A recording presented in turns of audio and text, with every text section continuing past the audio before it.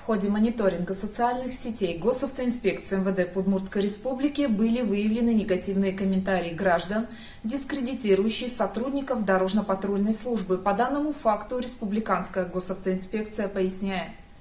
9 апреля около 17 часов 10 минут напротив дома номер 255 на улице Удмуртской в городе Ижевске в ходе надзора за дорожным движением экипажем дорожно-патрульной службы был замечен автомобиль Land Rover, припаркованный в нарушении требований правил дорожного движения на тротуаре. Боковые стекла автомобиля были затонированы.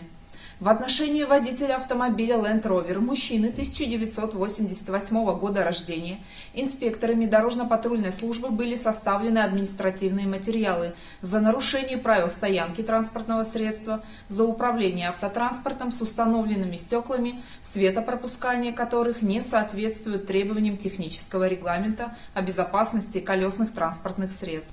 Уважаемые граждане, Госавтоинспекция МВД по Удмуртской Республике предупреждает: распространение несоответствующих действительности сведений, посягающих на честь, достоинство и деловую репутацию сотрудников органов внутренних дел Российской Федерации, преследуется законом, влечет за собой уголовную, административную и гражданско-правовую ответственность.